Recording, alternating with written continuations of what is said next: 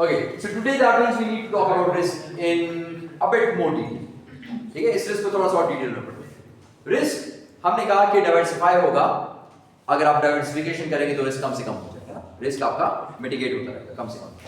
हमने देखा कि अगर एक सिक्योरिटी है तो उसका रिस्क, उसका विद टाइम उसके रिटर्न जो है इस तरीके से फ्लक्चुएट करेंगे, ठीक है। और हमने कहा कि जब भी रिटर्न्स फ्लक्चुएट करेंगे और वो एक्सपेक्टेड रिटर्न से डिफरेंट आएंगे तो वो आपका रिस्क। एक्सपेक्टेड रिटर्न से आपके रिटर्न्स फ्लक्चुएट करें तो आपका रिस्क है।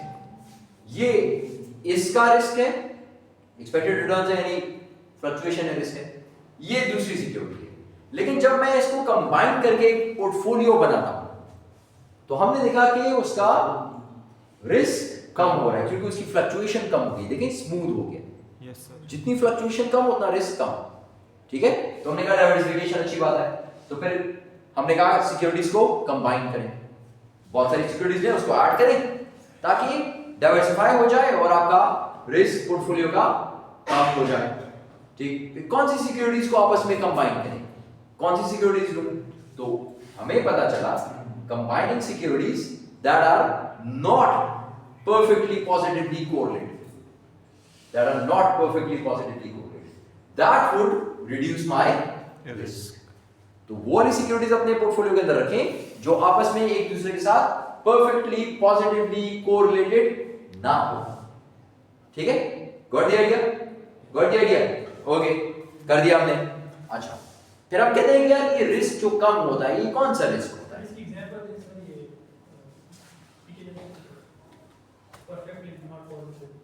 नॉट, देखिए उसने कहा है नॉट परफेक्टली पॉजिटिवली कोरिलेटेड। इसका मतलब कि अगर पॉजिटिवली कोरिलेटेड है और उसकी वैल्यू 0.6 है तो भी सही है, 0.8 है तो भी सही है, 0.1 है तो भी सही है, नेगेटिवली कोरिलेटेड है तो भी सही है। वो कह रहा है सिर्फ इतना ख्याल रखना है कि परफेक्टली पॉजिटिवली कोरिलेटेड ना हो। जरा थोड़ी देर के लिए सोचो, 1 ना, अगर 1 होगा तो अगर एक ज्यादा होगा एक का रिटर्न तो दूसरे का भी ज्यादा होगा, तब तो आप बहुत खुश होंगे। लेकिन अगर लॉस हुआ और एक का कम हुआ तो फिर दूसरे का भी कम हो जाएगा, तो फिर तो डाइवर्सिफिकेशन का कोई फायदा नहीं है। तो परफेक्टली पॉजिटिवली कोरिलेटेड में डाइवर्सिफिकेशन नहीं हो सकती। डाइवर्सिफिकेशन तब होगी जब ये आपस में परफेक्टली पॉजिटिवली कोरिलेटेड ना हो, ठीक है। मतलब अगर एक ज्यादा हो रहा है, एक का रिटर्न ज्यादा हो रहा है, दूसरे का भी ज्यादा हो रहा है, लेकिन उस अमाउंट से नहीं हो रहा, कम हो रहा है, ठीक है। मतलब अगर उसमें लॉस होगा पहले वाले में, दूसरे में भी लॉस होगा लेकिन कम लॉस होगा, तो आपका लॉस तो ज्यादा नहीं होगा ना, आपका लॉस तो रिड्यूस हो गया, रिस्क रिड्यूस हो गया। तो वही तो आपको इसे कह रहा है कि रिस्क को रिड्यूस करना है। तो रिस्क को रिड्यूस तब करेंगे जब नॉट परफेक्टली पॉजिटिवली कोरिलेटेड होगा। अब ये कौन सा रिस्क रिड्यूस होता है यार, रिड्यूस कौन सा रिस्क होता है? हमने कहा कि रिस्क जो है वो बहुत बड़ा रिस्क है, मतलब रिस्क है, और रिस्क एक्चुअली दो रिस्क है, सिस्टमैटिक और अनसिस्टमैटिक। अच्छा, अब ये सिस्टमैटिक क्या है और अनसिस्टमैटिक क्या है, ठीक। सिस्टमैटिक रिस्क वो है is the variability of return on stocks, यानी रिस्क होता है जब स्टॉक्स का रिटर्न चेंज होता है, वेरिएशन है। वो कह रहा है कि ये सिस्टमैटिक तब होता है जब वेरिएशन आती है रिटर्न ऑफ स्टॉक्स में और पोर्टफोलियो या किसी भी पोर्टफोलियो में associated with changes in return on the market as a whole, which are associated with the market as a whole, changes in returns on the market as a whole, यानी पूरी की पूरी as a whole market में changes आ रही हैं, ठीक है। Bomb blast, ठीक है, बॉम्ब ब्लास्ट हो गया, सारे लोग डर जाते हैं, पूरी market, all of the investors are scared, they will stop investing, they won't demand more, volume कम से कम होता जाएगा ट्रेडिंग का, ठीक है। शायद कोई सोचे कि यार ये तो हालात खराब हो रहे हैं, पाकिस्तान के इन्वेस्टमेंट्स निकालो ताकि हम लोग इन्वेस्टमेंट बाहर चैनलाइज करें, तो वो start selling, when they start selling prices would go down, returns आपके कम हो जाएंगे, ठीक है। इस तरह से आप ये मार्केट एज अ होल है, चाहे आपने पीएसओ लिया हुआ है, चाहे आपने शेल लिया हुआ है, चाहे आपने पीआईई लिया हुआ है, सबके लिए बराबर है, हर एक को ये इफेक्ट कर रहा है, ठीक है। ऐसी चीजें डाइवर्सिफिकेशन ऐसी केसेस में या इस किस्म के रिस्क में जो कि पूरे सिस्टम के लिए है, जो पूरी मार्केट को इफेक्ट करता है, इसमें डाइवर्सिफिकेशन काम नहीं करती। चाहे आपने एक पीएसओ में किया हुआ और एक आपने ऑल टुगेदर निशात में किया हुआ, बिल्कुल अलग अलग चीजें, और तीसरा आपने उठा के किया हुआ है टोयोटा में, ठीक है। और आप कहते हैं भाई इनका तो कोई ताल्लुक ही नहीं है, कुछ भी नहीं होगा, मैंने बहुत अच्छी पोर्टफोलियो बना के दिया हुआ है, लेकिन क्या हुआ, market as a whole collapse हो गई, अब आप कुछ नहीं कर सकते, ठीक। Unsystematic risk is the variability of return on stocks और पोर्टफोलियोज, वंस अगेन वो वेरिएशन जो स्टॉक या पोर्टफोलियो में आए, not explained by general market movements, general market की वजह से, ठीक है, जनरल मार्केट की वजह से पीआईए प्राइवेटाइज हो रहा है, ठीक है, और न्यूज आई है कि जितने भी वो थे, जितने भी आपकी फोर्स है, ठीक, आपकी जितनी भी ह्यूमन रिसोर्स है, सबको उठा के डिवाइड बाय 2 आधो को बार कर देंगे। यार ये क्या होगा, सब कुछ खराब हो जाएगा, पता नहीं इस तरह हो जाएगा, उस तरह हो जाएगा, यार चलो यार बस बेचना शुरू कर दो, ठीक है। अब अगर आपके पास पीआईए है तो वो इफेक्ट होगा, अगर आपके पास पीएसए है तो क्या वो इफेक्ट होगा ऐसे? नहीं, ठीक है। आपके पास टियोटा है, वो इफेक्ट होगा? नहीं होगा। So it is not the market as a whole, it is only true for that particular returns of that particular stock, उसकी बात कर रहे हैं। ये चीज अवॉइडेबल थ्रू डाइवर्सिफिकेशन, एक पीआईए में कर दें, एक शेल में कर दें, कहीं और कर दें, कहीं और कर दें, ठीक है। अगर कहीं किसी एक का ऐसा कोई प्रॉब्लम आ जाता है तो वो एक खराब होगा, बाकी तो खराब नहीं होंगे ना, और आपस में परफेक्टली पॉजिटिवली कोरिलेटेड भी नहीं है उनके रिटर्न्स, तो भी खराब नहीं होंगे इसका मतलब, ठीक है। मतलब अगर पीआईए के रिटर्न्स कम हो गए, वैसे उसके कोई रिटर्न्स है ही नहीं, वो अलग बात है, लेकिन चलें, अगर उसके रिटर्न्स कम होते हैं तो बाकी रिटर्न्स एग्जैक्टली उस तरीके से कम नहीं हो रहे होंगे, हो सकता है आपने -0.5 दिया हो, तो इसका मतलब अगर इसके कम हुए तो उसके 0.5 ज्यादा हो जाएंगे, ठीक है, बच गए ना। लेकिन अगर आपने दोनों +1 लिए हुए, तो अगर पीआईए कम हो तो वो भी कम हो जाएगा, तो फिर आप नुकसान। तो इस वजह से वो कह रहा है कि +1 नहीं होना चाहिए, ठीक है। ये रिस्क डाइवर्सिफिकेशन पॉसिबल है, ठीक, थ्रू डाइवर्सिफिकेशन इस रिस्क को मैं कम कर सकता हूं, ठीक है। इसको नहीं कर सकता, ये जो है ये सिस्टम का रिस्क है, that's why it is called as systematic risk, this is called as unsystematic risk, and when both of them combine they are called as total risk. Now this can be explained with this example as well. Total risk हमें पता है कि कम होता है अगर diversification करें, यानी अगर मैं एक सिक्योरिटी बीच में ऐड करता जाऊं पोर्टफोलियो में, तो आपका रिस्क कम से कम होता जाएगा, ठीक है, नेगेटिव स्लोप कम से कम होगा। लेकिन ये बिल्कुल इस तरह स्ट्रेट लाइन नहीं है कि आप ये कहें कि बस ठीक है यार, नंबर ऑफ सिक्योरिटी ज्यादा करते जाओ या आखिर में 0 पहुंच जाएगा, नहीं, ये इस तरह। शुरू में तो ये डाइवर्सिफाई है, जल्दी होगा, तेज, आखिर में ऐसा होगा, और एक जगह पे आके ये इस तरह हो जाएगा, यानी इससे नीचे नहीं जाएगा। इससे नीचे क्यों नहीं जाएगा? क्योंकि ये जो नीचे वाला पोर्शन है सारा का सारा सिस्टमैटिक है, इस रिस्क को तो आप कर ही नहीं सकते, इसलिए तो आप कुछ नहीं कर सकते, इसलिए आप खाली दुआ कर सकते हैं कि बस पाकिस्तान सही चलता रहे, ठीक है, और इसके लिए आप कुछ नहीं कर सकते, सही है। मतलब असैसिनेशन ऑफ बिग एकदम स्टॉक मार्केट क्रैश कर दी, ठीक है, तो इसको आप कंट्रोल नहीं कर सकते, ठीक। सुसाइड अटैक्स जिन दिनों में थे उन दिनों आप लोग बच्चे थे, है, तो उस वक्त भी बात बड़ी खराब होती थी। क्यों नहीं, तो दैट वाज 5-6, हाँ 5-6, उस वक्त आप लोग बहुत छोटे होंगे, आपको नहीं समझ आ रही होगी क्या हो रहा है क्या नहीं हो रहा, ठीक है। लेकिन हम लोग हर जुमे जब आते थे, हाँ किससे सुने, हम जब हर जुमा आते थे ना, वो जुमे के दिन होता था, और वो होता था जुमे वाले दिन और नमाज के वक्त होता था, तो हम जब जुमे की नमाज पढ़ रहे होते थे तो बस हम कहते बस आज या तो गए और या वापस जाएंगे और या नहीं जाएंगे, ठीक है। तो वो जुमे की नमाज में उन दिनों में सुना था कि कुछ लोगों ने जुमे की नमाज छोड़ दी, क्योंकि वो होता ही जुम्मे वाले दिन था और नमाज के टाइम होता था और मस्जिद में होता था।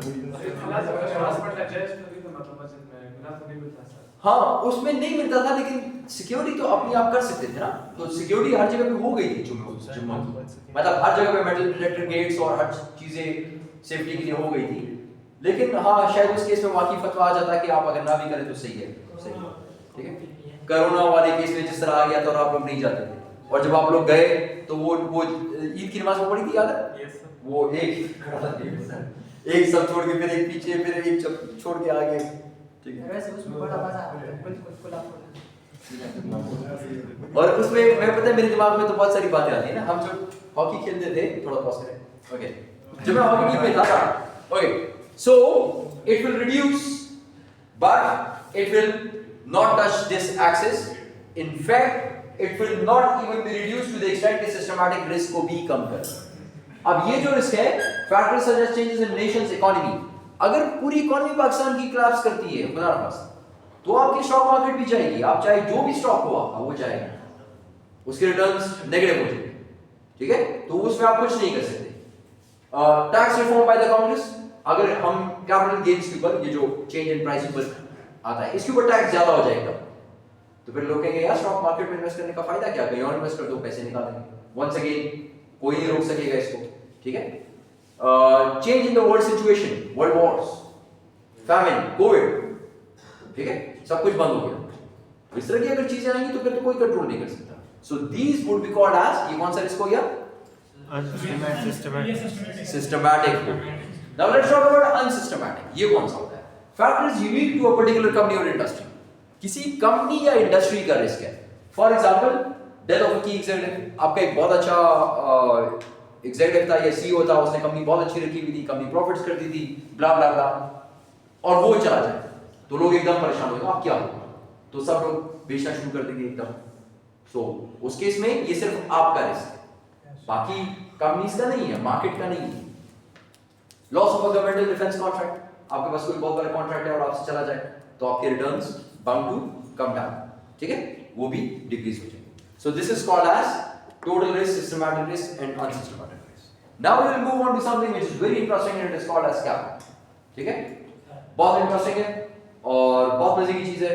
आज पढ़ते हैं इसको और कोशिश करते हैं आज ही खत्म करते हैं, ठीक है, कोशिश करते हैं आज ही खत्म करते हैं। बहुत इंटरेस्टिंग है, लेकिन अगर आपको रिग्रेशन की समझ है, नहीं है सर, बीटा की समझ है क्या सर? नहीं है सर, बीटा, बीटा किस सेंस में sir? Beta no sir, beta तो जानते हैं लेकिन कौन से सेंस में सर? बीटा रेस, स्लोप, स्लोप तो जानते हैं, स्लोप। स्लोप जानते हैं भाई, ये और ये सेम चीज है, अभी पढ़ते हैं ना, पता चल जाएगा। ओके, कैपिटल, किस चीज का? कैपिटल एसेट प्राइसिंग मॉडल, ठीक है। Now what is capital asset pricing model? Capital asset pricing model is a model that describes the relationship between risk and return, expected return, ठीक है। अब ये कैपिटल जो ना, तक जो हम लोग रिस्क और रिटर्न की बात करते हैं, रिस्क रिटर्न, ये इनका रिलेशनशिप शो करता है कि रिस्क और रिटर्न का आपस में रिलेशनशिप क्या है, ठीक है, एक्सपेक्टेड रिटर्न का, या अभी हम लोग एक और वर्ड साथ पढ़ रहे हैं, रिक्वायर्ड रिटर्न। याद है हम लोगों ने पहले भी जब ऐसा वो पढ़ रहे थे ना, तो हम लोगों ने कहा डिस्काउंट रेट, उन्होंने कहा रिक्वायर्ड रेट ऑफ रिटर्न, फिर उन्होंने कहा कि इन्वेस्टर का रिक्वायर्ड रेट, ठीक, सारी चीजें होती सेम है, नाम उसके थोड़े से डिफरेंट। सो रिक्वायर्ड रिटर्न और एक्सपेक्टेड रिटर्न दोनों ही चीजें। अच्छा, फिर इसमें है क्या, इस मॉडल में क्या दोनों का रिलेशनशिप बताया, तो इसमें क्या है? In this model a securities expected और रिक्वायर्ड रिटर्न कैसे क्या होगा, अब इसका रिस्क, इसका रिलेशनशिप क्या है? किसी भी सिक्योरिटी का जो एक्सपेक्टेड या रिक्वायर्ड रिटर्न है वो किसके बराबर है? Is the risk free rate. Remember we talked about risk free rate earlier in the course, T bills वाला। तो ये risk free rate government bonds, लेकिन रिस्क फ्री बिल्स, गवर्नमेंट के बिल्स जो सबसे नीचे जिनका रिटर्न होता है, risk free rate plus the risk free rate plus a premium. किस चीज का premium? Premium based on the systematic risk of the security. Premium based on the systematic risk of the security. Systematic risk of the security. यानी किसी भी asset का, किसी भी security का एक्सपेक्टेड या रिक्वायर्ड रिटर्न बराबर है रिस्क फ्री रेट के और उससे कुछ ज्यादा प्लस। अच्छा, प्लस क्या? एक प्रीमियम। प्रीमियम किस चीज का? Premium is something extra. Extra किस चीज का? प्रीमियम जो कि बेस करेगा सिस्टमैटिक रिस्क। अब ये सिक्योरिटी का सिस्टमैटिक रिस्क क्या है? सिक्योरिटी का सिस्टमैटिक रिस्क क्या है? सिस्टमैटिक रिस्क हमने थोड़ी देर पहले पढ़ा, क्या चीज थी? अच्छा, ठीक है, ओके, जाते हैं आगे। अब इसको समझने के लिए पहले ये assumptions दिमाग में, कौन कौन सी assumptions? Capital markets are efficient. आप कहेंगे ये एफिशिएंट मार्केट्स क्या होती हैं? ठीक है, जो नहीं, बिल्कुल भी नहीं। एफिशिएंट मार्केट्स थोड़ी देर बाद पढ़ेंगे, थोड़ा सा ही पढ़ लेना, इसके बाद पढ़ते हैं। हम लोग पढ़ेंगे एफिशिएंट मार्केट्स क्या होती है। देखिए, अगर सिकंदर के पास कोई इंफॉर्मेशन है जो कि रबानी के पास नहीं है, तो सिकंदर मार्केट से फायदा उठा सकता है, इस इंफॉर्मेशन से फायदा उठा सकता है और सिकंदर रिटर्न्स कमा सकता है। समझे? एफिशिएंट मार्केट्स में ये नहीं हो एफिशिएंट मार्केट में जो इन्फॉर्मेशन इसके पास है वो सबके पास रबानी के पास भी है, वो सगीर के पास भी है, वो बकर के पास भी है, वो रेयान के पास भी है, सबके पास है, एतिजाज के पास भी है। यानी सब उसी इन्फॉर्मेशन को दिमाग में रख के इन्वेस्टमेंट डिसीजन थे। ठीक है, तो पहले अज्यूम करना है कि मार्केट्स एफिशिएंट है। Homogeneous investor expectations over given period, सबकी एक्सपेक्टेशंस आर होमोजेनियस, सेम, सब सेम तरीके से एक्सपेक्ट करते हैं कि homogeneous investor expectations over given period, कि आगे क्या होगा या किसी पर्टिकुलर पीरियड में क्या होगा, किस तरह होगा, एक्सपेक्टेशन सबकी सेम है। ठीक है, अगर सेम नहीं होगी, अली के पास कोई इंफॉर्मेशन आ गई तो इसका मतलब इसकी एक्सपेक्टेशन चेंज हो जाएगी ना। वो कहेगा यार मुझे पता चल गया कि इधर हालात खराब होने वाले हैं, जल्दी से बेचो। या उसको पता चल जाएगा कि किसी पीआईए को खरीदने वाला है एमिरेट्स, तो वो कहेगा अब पीआईए खरीदो। ठीक है, अब पीआईए खरीदो, पीआईए अच्छा होता है, पीआईए खरीदने शुरू हो जाएगा। सब लोग कहेंगे ये क्या हो रहा है, ये क्या हो रहा है। फिर कुछ लोग होंगे जो उसको देखेंगे, ठीक है, तो वो कहेंगे कि बस अली खरीद रहा है, खरीदो, कोई वजह तो होगी ना, कुछ तो है क्या नहीं खरीद रहा है। तो अक्सर इस तरह होता है, बहुत सारे लोग ये काम करते हैं, वो देखते हैं कोई चीज ऊपर जा रही है प्राइसेस, बस ठीक है अच्छी चीज, ठीक है, कोई चीज नीचे जा रही है, सब बेच रहे हैं, तुम्हारा कोई मसला है, बेचो जल्दी बेचो। क्रिप्टो में इस तरह ओके, नहीं हर जगह ऐसा होता है, हम मार्केट्स में ऐसा होता है। ठीक है, हम मार्केट्स में ऐसा होता है, किसमें डीएच, तो आपको पता ना तकरीबन हर मार्केट में ऐसा होता है, क्योंकि आप समझते हैं कि कहीं पे कुछ इंफॉर्मेशन है जो आपके पास नहीं है। सो वो कह रहा है कि नहीं ऐसा नहीं होगा, सबकी एक्सपेक्टेशन सेम, सबकी information same, risk free asset return is certain. अच्छा, ये जो रिस्क फ्री है ये सर्टेन है, तो ये तो हम लोग वैसे ही कहते हैं, वैसे ही अज्यूम करते हैं कि सर्टेन है। गवर्नमेंट्स हम लोग कहते हैं कि governments do not default, governments default नहीं करती, हालांकि हो सकती हैं, हमने देख चुके हैं कि होती हैं। Risk free asset return is certain, use short term intermediate term treasuries as a proxy. बता रहा है आपको कि you need to use short term की जो ट्रेजरी है, मतलब ट्रेजर जो सरकारी खजाने के जो इन्वेस्टमेंट्स हैं उसकी बात है। So use short intermediate term treasuries as a proxy, उसको यहाँ पे इस्तेमाल करें एज अ प्रॉक्सी। प्रॉक्सी कहते हैं जब हम किसी चीज को रिप्लेस कर देते हैं उसके किसी मेजर से किसी और मेजर से, तो हम कहते हैं कि रिस्क फ्री का देखने के लिए टी बिल का अमाउंट उधर लिख दो, तो वो इसका प्रॉक्सी है, वो इसको कवर अप कर देता है। ठीक है, okay. Market portfolio contains only systematic risk. अच्छा, मार्केट पोर्टफोलियो, ये मार्केट का पोर्टफोलियो क्या होता है यार? मतलब मार्केट हमारे का पास अभी हम पोर्टफोलियो तो हमने समझ लिया ना कि क्या है, कलेक्शन ऑफ एसेट्स है, सिक्योरिटीज है। तो अगर मार्केट पोर्टफोलियो है ओवरऑल तो फिर वो क्या हुआ? ओवरऑल जितने एसेट्स ओवरऑल मार्केट में जितने एसेट्स या स्टॉक्स डिफरेंट मार्केट्स का सर। अच्छा, हमारा स्टॉक एक्सचेंज कौन सा है बड़ा सबसे? Pakistan stock exchange, PSX. PSX का कौन सा इंडेक्स होता है?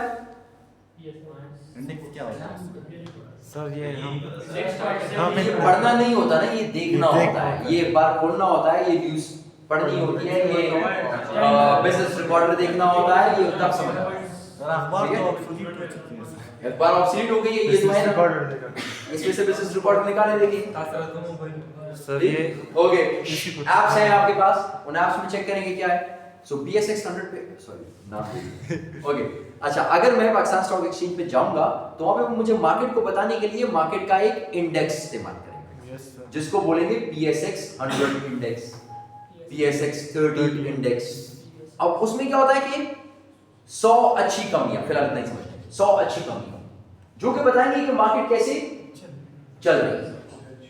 ठीक है, मार्केट कैसे चल रही है वो आपको ये बताएगा। आप मार्केट में तो आप कुछ कंपनी ऊपर जा रही हो, कुछ नीचे, कुछ वेरिएशन होगी ना, तो मार्केट को एज अ होल देखने के लिए मार्केट की कोई प्रॉक्सी होगी, जिसको हम लोग बोलेंगे मार्केट का पोर्टफोलियो। उस पोर्टफोलियो में 100 अच्छी कंपनी, यानी हर सेक्टर से एक अच्छी कंपनी उठाना, और फिर उसके बाद देखेंगे कि इसके अलावा और कौन कौन सी अच्छी कंपनी है, उसको उठा के बीच में ऐड करते जाए। बाय द वे ये 100 इंडेक्स अब चेंज भी होगा, क्योंकि ये चेंज होती रहेगी, फिर इसका एक टाइम पीरियड होता है, फिर इसकी कंस्ट्रक्शन में काफी बातें हैं, उसको छोड़। ओके, तो यानी मार्केट का जो इंडेक्स है या मार्केट का जो पोर्टफोलियो है वो मार्केट इंडेक्स हो गया। इस बात की समझ आ गई? ठीक है, और ये आपके और मेरे उस पे नहीं बनेगा कि आप कहेंगे ओ ये कंपनी अच्छी है इसको डाल दो, नहीं, ये परफॉर्मेंस की बेस पे बनेगा, ये परफॉर्मेंस स्ट्रिक्टली परफॉर्मेंस बेस्ड। कौन सी कंपनीज अच्छी हैं ये वो बीच में है। ठीक है? सर जो ज्यादा इन्वेस्ट करते हैं उसकी वजह से ये टैक्स रहता होता है। जो ज्यादा इन्वेस्ट करता है ना। अच्छा अब देखिए अगर मैंने 100 कंपनीज को ले लिया, अब अगर आप इस 100 कंपनीज में इन्वेस्ट करेंगे, इसकी प्राइसेस इंक्रीज करेगी तो 100 इंडेक्स ऊपर जाएगा। लेकिन अगर आप इन कंपनीज के शेयर को बेचेंगे तो ये 100 इंडेक्स नीचे आएगा। ठीक है? इस तरह 30 कंपनीज का इंडेक्स भी बनता है, इस तरह इस्लामिक इंडेक्स भी बनता है, इस तरह बहुत सारे इंडेक्सेस हैं। ठीक है? और हर स्टॉक एक्सचेंज का अपना एक इंडेक्स होगा। तो सर ये जो PSX हम 100 और 300 कहते हैं, ये कंपनीज 100 और 30, ये वैसे मतलब 100 कंपनीज 30 कंपनीज, इसका मतलब है कंपनीज। जी सर, तो ये फिर किसके ऊपर डिपेंड करता है, मतलब शेयर प्राइस पे डिपेंड करता है कि परफॉर्मेंस पे डिपेंड? देखें, पहले उस इंडेक्स में आने के लिए आपकी कंपनी कितनी बड़ी होनी चाहिए, उसकी रिस्ट्रिक्शन है। पहले सबसे पहले तो ये कि आपको अपने सेक्टर में टॉप में होना चाहिए। सबसे पहले तो मैं टॉप को कंपनीज को उठा के बीच में डालूंगा, लेकिन टॉप सेक्टर्स मेरे पास 100 नहीं है, सेक्टर्स मेरे पास 36 हैं, 35 36 हैं, वो तो मैं डाल दूंगा। फिर 100 और भी पूरे करने हैं। अब मैं इसके बाद देखूंगा कि कौन सी कंपनी है जो कि फिर आपकी बात कितनी बड़ी है, कितने रिटर्न्स हैं, फिर उसकी डिफरेंट कंडीशंस हैं जो कि PSX 100 अगर आप कंस्ट्रक्शन देखें उसमें आपको पता चलता है। ठीक है? तो उनको फिर मैं ऐड करता जाऊंगा। हो सकता है कोई एक सेक्टर हो उसकी 5-6 बीच में आ जाए, कोई एक सेक्टर है उसकी सिर्फ एक आई हो टॉप वाली, बाकी ना आ सके बीच में, तो फिर वो सारा का सारा परफॉर्मेंस बेस्ड, जिसकी परफॉर्मेंस अच्छी होगी उसमें आ जाए। Okay, so market portfolio contains only systematic risk. अब ये जो मार्केट पोर्टफोलियो है, it contains only systematic risk. You can use S&P 500 index, देखें स्टैंडर्ड पुअर का 500 इंडेक्स, और सिमिलर एज अ प्रॉक्सी। तो अगर पाकिस्तान में है तो PSX 100 उसकी प्रॉक्सी होगी। ठीक है? ये सारी असम्पशंस होंगी जब हम इसको एक्सप्लेन करेंगे। अब ये क्या है, बीटा क्या है, बीटा या स्लोप क्या है? ठीक, किसी ने कहा स्लोप हमें पता है क्या होता है, स्लोप क्या होता है? Sir rise divide by rise divide by, ये याद है सबको? Yes sir. ये कॉन्सेप्ट सबको याद है? ठीक है? और अगर सिंपल वर्ड्स में बोले तो स्लोप ये बताता है आपको कि कौन सी चीज में कितना चेंज आ रहा है। Change in y divided by respect to x change in y divided by change in x with respect to x y में कितना चेंज आ रहा है। ठीक, तो अगर ये है सो इट्स अ चेंज। अब 4 क्वाड्रेंट्स होते हैं, 4 क्वाड्रेंट्स होते हैं, सही, ये भी सही। ओके, अब मैं क्या करता हूं इसको बनाने के लिए, इसको बनाते कैसे? अब इसको बनाऊंगा तो स्लोप फाइंड आउट होगी।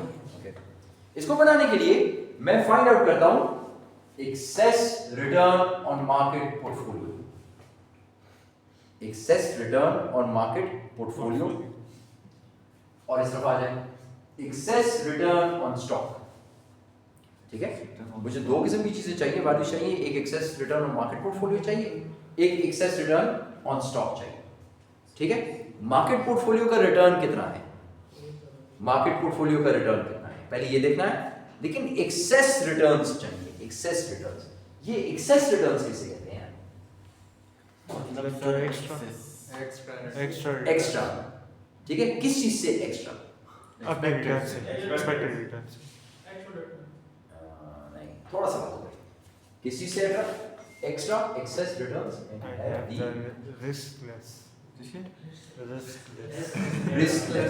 रिस्कलेस क्या चीज थी? हमारे पास सबसे लोएस्ट गवर्नमेंट टी सिक्योरिटी याद है? रिस्कलेस ना, इसमें कोई रिस्क नहीं, रिस्क फ्री। तो अगर मेरा रिटर्न या मेरा मार्केट पोर्टफोलियो कमा के दे रहा है 20%, तो उसमें से RF का जो है वो उसमें से ऑलरेडी माइनस है, तो यानी 20 माइनस 4 लेट्स से, तो एक्सेस रिटर्न कितना आएगा? 16। मार्केट कमा के दे रहा है आपको, मार्केट का पोर्टफोलियो कमा के दे रहा है 20%, लेकिन 20% रिटर्न नहीं लेना, आपने एक्सेस लेना है। एक्सेस किस चीज से एक्सेस हो, किस चीज से ज्यादा हो? RF से ज्यादा। ठीक है? बात क्लियर हो गई? और इसी तरह अगर आप फाइंड आउट करना चाहते हैं किसी भी रिटर्न का इसका रिलेशनशिप, किस सिक्योरिटी का फाइंड आउट करना चाहते हैं? सर ये RF security, any security, let's say FF steel. अब FF स्टील को देखें कि FF स्टील जो रिटर्न दे रहा है वो RF से ज्यादा है, कितना ज्यादा है? वो रिटर्न से दिखती है, मार्केट की रिटर्न दिखती है, किस किस दिन की? लेट्स से मैं कहता हूं यार ये सब रिटर्न्स आपने देखने हैं हर रोज सुबह उठकर और अगले 15 दिन तक देखते हैं, तो 15 वैल्यूज होगी मेरे पास हर रोज सुबह उठकर, या सुबह उठ के तो कल काम आएगा। बिल्कुल आखिर, ठीक है, end of the day. End of the day मैं देखता हूं कि एफएफ स्टील कितने रिटर्न कमाया, एफएफ स्टील के शेयर, और फिर उसमें से उस दिन जो आरएफ होगा वो उससे माइनस कर दूंगा, उसकी वैल्यू उठाकर यहां पे लिख दूंगा। कभी लॉस होगा, किसी दिन लॉस भी हो सकता है ना, यस सर, किसी दिन लॉस ज्यादा हो सकता है, किसी दिन प्रॉफिट, ज़्यादा, किसी दिन प्रॉफिट भी ज्यादा, तो इट कैन बी मिक्सचर होगा ना, यस सर, लिख दिया उठा के। अब इसी तरह जिस तरह आपने हर रोज एफएफ स्टील का देखा था, उसी तरह हर रोज देखें पीएसएक्स 100 इंडेक्स। ये पीएसएक्स 100 इंडेक्स हर रोज ऊपर जा रहा है या नीचे आ रहा है, रिटर्न्स आ रहे हैं या नेगेटिव रिटर्न्स है, ठीक है, और उसमें से आरएफ को बीच में से माइनस करना है, उसको उठा के ये आगे सारे रिटर्न्स। इस बात की समझ आएगी तो आगे जाएंगे, नहीं तो फिर नहीं जा सकते। सर नहीं है, नहीं, ठीक है, नहीं, okay, let's take a 2 minutes break and then discuss this again. Let's start class. Okay, start. Okay, so now let's come back to the topic. We were talking about excess returns. Excess return का मतलब क्या है पहले? Excess return का मतलब है कि in excess of RF, RF से ज्यादा कितना कमाएंगे, ये आपने देखना है। यानी RF को आपने बीच में से हटा देना, RF को हटा के देखिए कि आपने कितना कमाया, किस किस ने कितना कमाया, एक आपके स्टॉक ने कितना कमाया और एक मार्केट के पोर्टफोलियो ने कितना कमाया। मार्केट का पोर्टफोलियो हमने कहा अगर पाकिस्तान के अंदर है तो पीएसएक्स 100 है। अब पीएसएक्स 100 को आप लोग रोज देखें या जो भी आप जिस तरह भी आप ऑब्जर्वेशंस ले रहे हैं फिगर्स, जिस दिन आपने देखना है, आप कहते हैं हर हफ्ते के दिन मंडे वाले दिन देखा करेंगे, तो उससे जब भी आप उस दिन आप देखेंगे कि पीएसएक्स ने कितना कमाया, पीएसएक्स एज अ पोर्टफोलियो कितना रिटर्न कमाया, और उसमें से एक्सेस रिटर्न यानी उसमें से आरएफ को माइनस कर, और जो आप जो शेयर ले रहे हैं, लेट्स से आपने लिया पीएसओ का या आपने लिया शेल का, उसने कितना कमाया, उसने जो भी कमाया उसमें से आरएफ को हटा देंगे और ये रिटर्न आपके पास आ गए। अब क्लियर है, अब ये बात क्लियर है यहां तक? Excess returns clear? Yes sir, Sikandar मस्ती। एक बार फिर बता रहा हूं जी, दोबारा पढ़।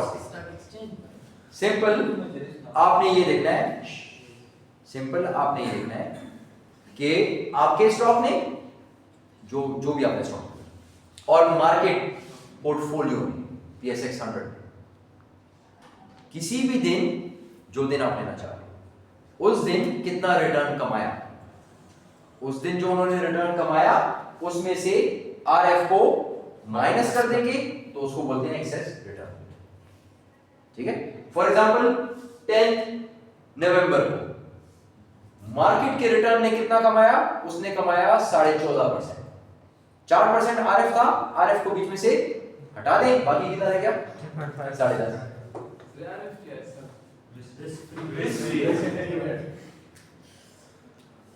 Risk free RF. नहीं सर, इसको हम किस तरह डिटरमिन करेंगे? किस तरह रिटर्न कैसे डिसाइड करते हैं, रिटर्न कैसे कैलकुलेट करते हैं?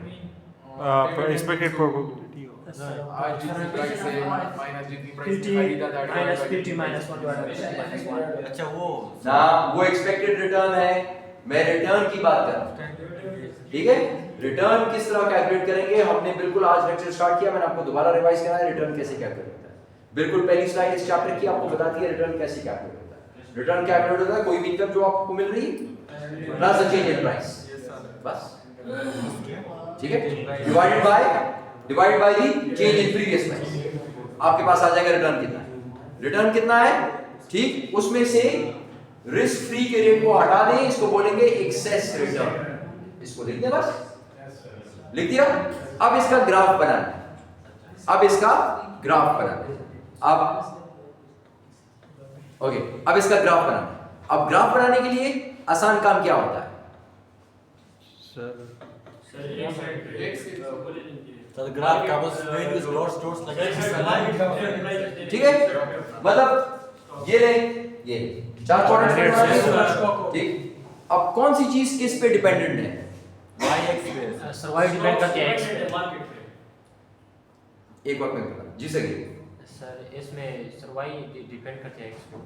My देखिए stock वो जो तो है, आपको पता है ना कि ये x एक्सिस है, ये y एक्सिस है, लेकिन x पे कौन सा है, y पे कौन सा है? Sir my My stock stock जो है वो मार्केट पे हो depend। माय स्टॉक जो है वो डिपेंड करता है मार्केट मार्केट के रिटर्न के ऊपर। Excess return on market portfolio on x axis and on y axis you have excess return on your stock, जो भी आपका स्टॉक है। यानी मार्केट की वजह से ये स्टॉक जो है इसका रिटर्न इफेक्ट होता है। ठीक है, ओके। पहली वैल्यू आपने क्या ली थी? लेट्स से पहली वैल्यू 9.6 मार्केट का और माय स्टॉक का 12। This is market excess market return, this is excess stock return. ठीक, Yes, sir. आपके पास market return excess 9.6, let's say 1 2 3 4 5 6 7 8 9 10, 9.6 इधर कहीं पे आ गया। Okay, Yes, sir. अब आ जाए 12 माय स्टॉक 1 2 3 4 5 6 7 8 9 10 11 12, ये ले 12 और यहां से 9। पहला पॉइंट ये आगे पहला पॉइंट इस तरह आप सारे पॉइंट्स लिख देंगे, इसी तरह ये सारे पॉइंट्स प्लॉट कर देंगे। तो अब ये सारे पॉइंट्स कुछ इस तरह की सिचुएशन शो कर रहे हैं। अब इसके दरमियान में से आपने एक लाइन फिट करनी है, ठीक है, जो कि line of the best fit हो, जिसको हम लोग फिट करते हैं थ्रू रिग्रेशन। ठीक, रिग्रेशन रिग्रेशन रिग्रेशन पढ़ा है? नो सर पे तो कुछ नहीं पढ़ा है। गुड, कुछ भी नहीं पढ़ा। सर सिर्फ ये पता है कि लाइन किसको प्रेजेंट करती है। अच्छा,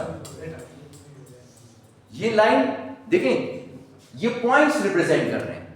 लाइन आपने बनानी है किसी इसके दरमियान में से, जो मैक्सिमम, इसका रूल क्या होता है कि मैक्सिमम मिनिमम एक पॉइंट को टच करे और जितने पॉइंट्स इससे ऊपर हो उतने पॉइंट्स इसके नीचे हो। लेकिन वो तब है जब आप मैनुअली बना रहे हैं। आजकल मैनुअली तो आप नहीं बनाते, यस सर। आजकल तो आप लोग इस्तेमाल करते हैं सबसे, अगर जो सबसे लोएस्ट टूल भी अप्लाई कर रहे होंगे तो you would be using Excel at least. Yes, sir. ठीक है, तो एक्सेल अप्लाई करेंगे तो ये लाइन को वो आपको ड्रॉ करके दे देगा। अब ये लाइन कैसे ड्रॉ करेगा, ये आपको कैसे पता है? ये आपको पता है? नहीं पता सर। पॉज करें काम टू प्लॉट दीस फिगर्स, ये हमने सीख लिया। ठीक है, ये प्लॉट हो गई। बाय द वे प्लॉटिंग आपका काम नहीं है एग्जाम में, इस वजह से मैंने आपको वो ऑफ द रिकॉर्ड बता दिया। ठीक है, drawing this line is not part of your exam, इसलिए मैंने आपको ऑफ द रिकॉर्ड बता दिया।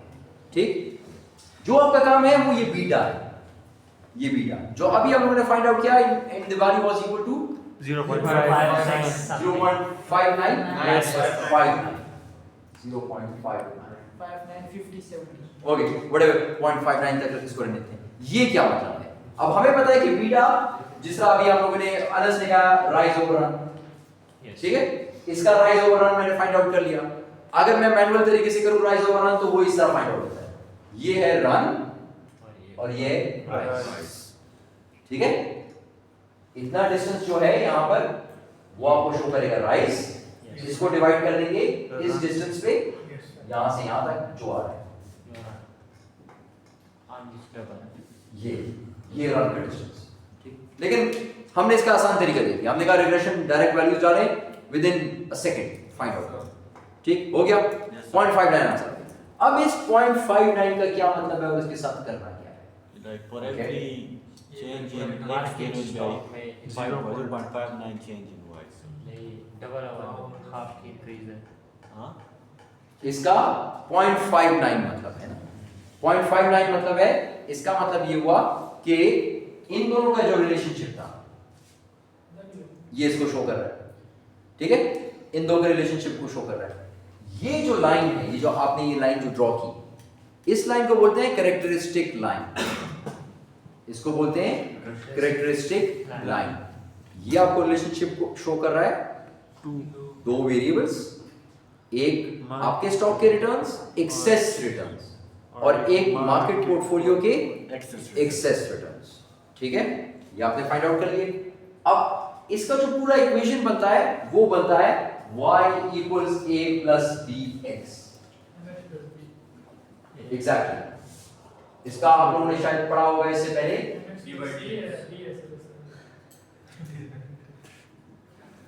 y equals mx plus c। Yes sir.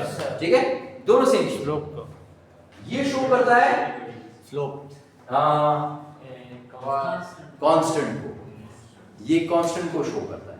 Constant क्या चीज है? जहां पर ये लाइन इंटरसेक्ट करे Y vector. y एक्सिस को। कहां पे इंटरसेक्ट कर रही है? Y intercepts the y, ठीक। और ये जो b है this is slope, sir. Slope beta और ये स्लोप है। ये बात भी याद आ गई सारी? ओके। अब थोड़ी देर के लिए जरा वापस मैं उधर जाता हूं ताकि आपको बता सकूं कि इसी तरह जिस तरह मैंने एक्सेल में इसको फाइंड आउट किया था स्लोप को, उसी तरह मैं इंटरसेप्ट को भी फाइंड आउट कर सकता हूं। ठीक है, वंस अगेन मैं इंटरसेप्ट को भी फाइंड आउट कर सकता हूं। इंटरसेप्ट को फाइंड आउट करने के लिए मुझे क्या करना पड़ेगा? इक्वल्स y इंटरसेप्ट इंटरसेप्ट आ गया? Yes sir okay. अच्छा, वंस अगेन रेंज देना है y और x। y किधर है? Uधर sir, my stop. कौन सा? my stock is y। Okay, so first take y, ये आ गई y की वैल्यूज। इसके बाद गिव द x वैल्यूज, ये आ गई आपके पास x की वैल्यूज। ठीक, bracket close close and you get the sir आपने डबल डबल कर दिया है to the right to the left sir ये। अब सही है? यस सर और अभी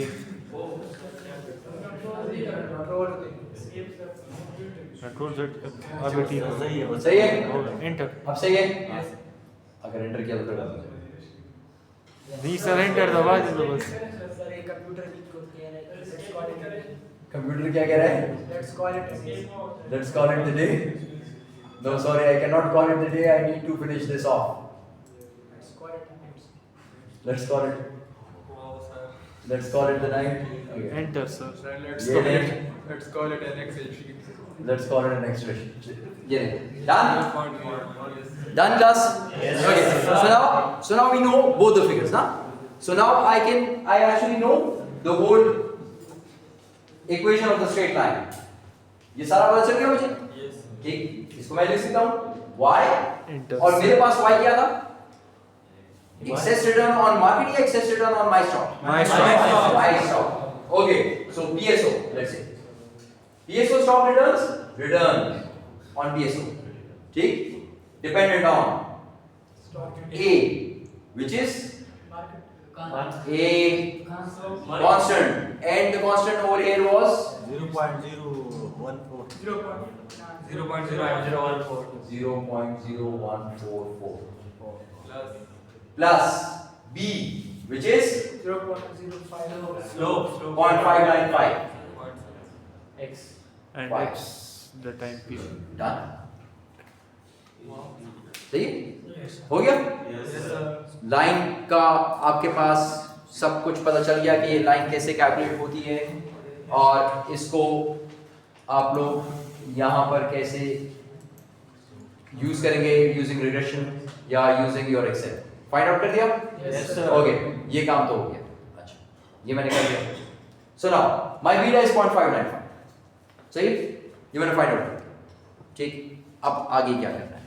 अभी आगे जाते हैं और देखते हैं कि इसमें ये बीटा एक्चुअली क्या शो कर रहा है। कांस्टेंट की अब ये बीटा क्या शो कर रहा है? बीटा स्लोप था ना? Yes, slope sir. हमने कहा था कि दोनों का रिलेशनशिप शो करता है। ठीक है? लेकिन अब जब थोड़ा सा और पढ़ते हैं तो स्लोप हमने पढ़ा था यार कि वो तो मतलब लाइन का के अंदर जो बी आता है वो बीटा है। अब ये बीटा असल में शो क्या कर रहा है? Beta is an index of systematic risk. Systematic risk कौन सा रिस्क था? जो पूरे सिस्टम का है और जो डाइवर्सिफाई नहीं हो सकता। नहीं हो सकता। ओके, सो बीटा किसको शो कर रहा है? Systematic risk. आगे चलें। It measures the sensitivity of a stock's return to changes in returns on the market portfolio. अब मैंने आपसे कहा ना इस 0.59 का क्या मतलब है? इस 0.59 का मतलब है अब राइज ओवररन की जाए। राइज ओवररन सिंपल इसका कॉन्सेप्ट था। हाँ. यस ठीक है सर था। और हमने जब ये ग्राफ बनाया, जब ये कर्व बनाया, लाइन बनाई, तो हमने कहा rise is this, run is this. Yes, sir. So this is change in Y. y due to change in X. x. This y is 0.05. my stock. PSO and this is Excess market. PSX 100, यही था। Yes, sir. यानी PSX 100 में changes की वजह से मेरा PSO का stock का रिटर्न कितना चेंज होता है, Yes. समझ आ गई? Yes, sir. It measures the sensitivity of a stock's return, मतलब जो मेरा रिटर्न है वो कितना सेंसिटिव है, किसके साथ? मार्केट के रिटर्न के साथ। यानी अगर मार्केट चेंज होती है तो उसकी वजह से मेरा स्टॉक कितना Change होता है। चेंज होता है, सेंसिटिविटी। Got the idea? ये बात भी क्लियर होगी? You change the returns on the market portfolio. अब the beta for a portfolio, और अगर मैं आपसे कहूं कि बीटा फाइंड आउट करें पोर्टफोलियो के लिए, बीटा फाइंड आउट करें पोर्टफोलियो के लिए, the beta for a portfolio is simply a weighted average of the individual stock betas in the portfolio. तो फिर आपने क्या करना है कि उस पोर्टफोलियो के अंदर जितने भी स्टॉक्स हैं, आपने अपने पोर्टफोलियो के अंदर 5 रखे हैं स्टॉक, 10 रखे हैं, 15 रखे हैं, 20 रखे हैं, लेकिन ये बीटा तो सबके लिए सेम होगा ना? क्यों सेम होगा? क्यों सेम होगा? ये देखें, ये बीटा किसका है?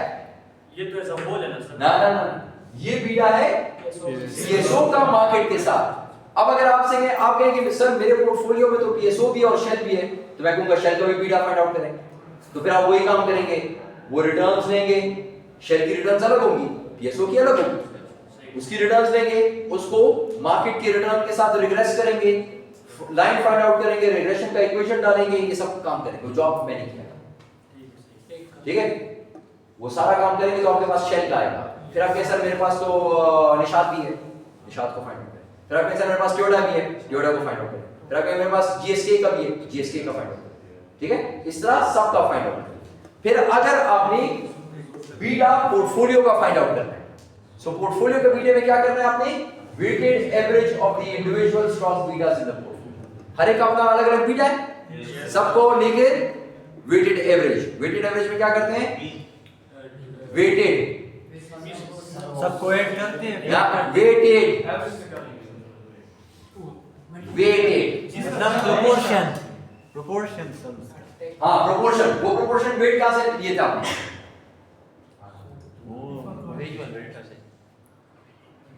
नहीं सर, एक याद आ रहा है।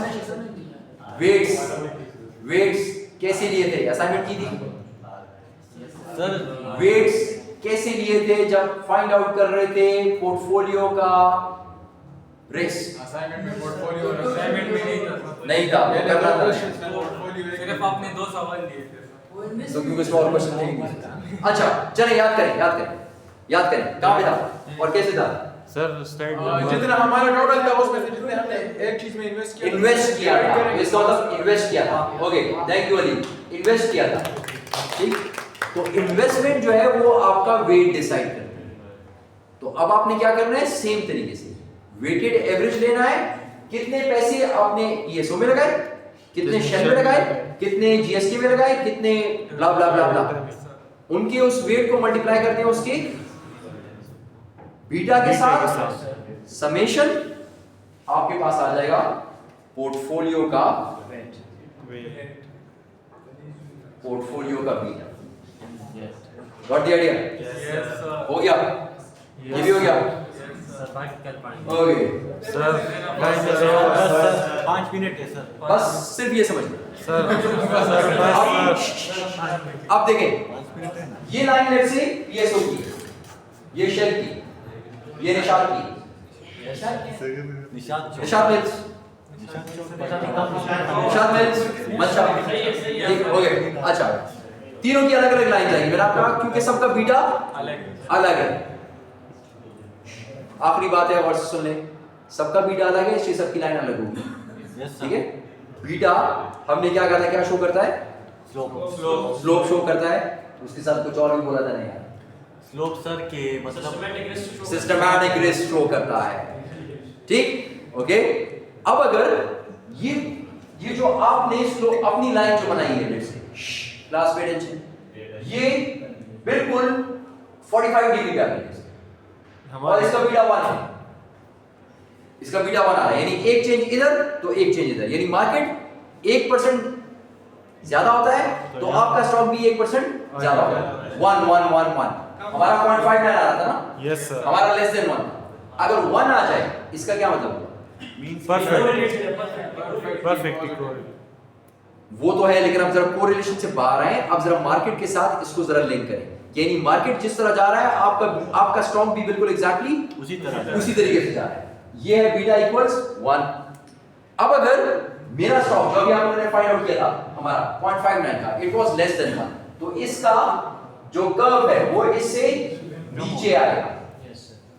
इसका मतलब whenever your beta is less than 1, that means your stock is a defensive. Effect नहीं पड़ता। इसका मतलब यह है कि अगर मार्केट 1 से ज्यादा होगा तो आपका स्टॉक 0.5 से 0.59 से ज्यादा होगा। ठीक, अच्छा अब आगे जाएं। अगर 1 से स्लोप ज्यादा हो गई तो इसका मतलब बीटा इज मोर देन 1। अब अगर ये 0.59 की बजाय 1.59 हो तो फिर एग्रेसिव। तो अग्रेसिव मार्केट में 1 का चेंज आएगा, लेकिन आपके स्टॉक में 1.5 ज्यादा। अब ये याद रखें, ये नेगेटिव में भी काम करेगा। अगर मार्केट 1 नीचे गिरेगी तो आपका स्टॉक तो 1.5 गिरेगा। तो इसका मतलब आपका स्टॉक अग्रेसिव है। और अगर मार्केट के साथ चलता है तो फिर मार्केट पोर्टफोलियो की तरह है, और अगर मार्केट से कम है उसका डिफेंसिव। 1 से कम है तो फिर डिफेंसिव। तो डिफेंसिव का मतलब रिस्क फ्री। ना ना ना, तो रिस्क फ्री में तो कोई रिस्क ही नहीं होता। वो तो टी-बिल है, उसमें कोई रिस्क नहीं है, वो यहाँ पे नहीं है। सर बीटा पे तो होगा ना रिस्क फ्री सर? बीटा 1 पे 1 पे जो मार्केट के साथ चल रहा है। जो मार्केट के साथ चल रहा है, क्या मार्केट के साथ जो चल रहा है उसमें कोई रिस्क नहीं होता?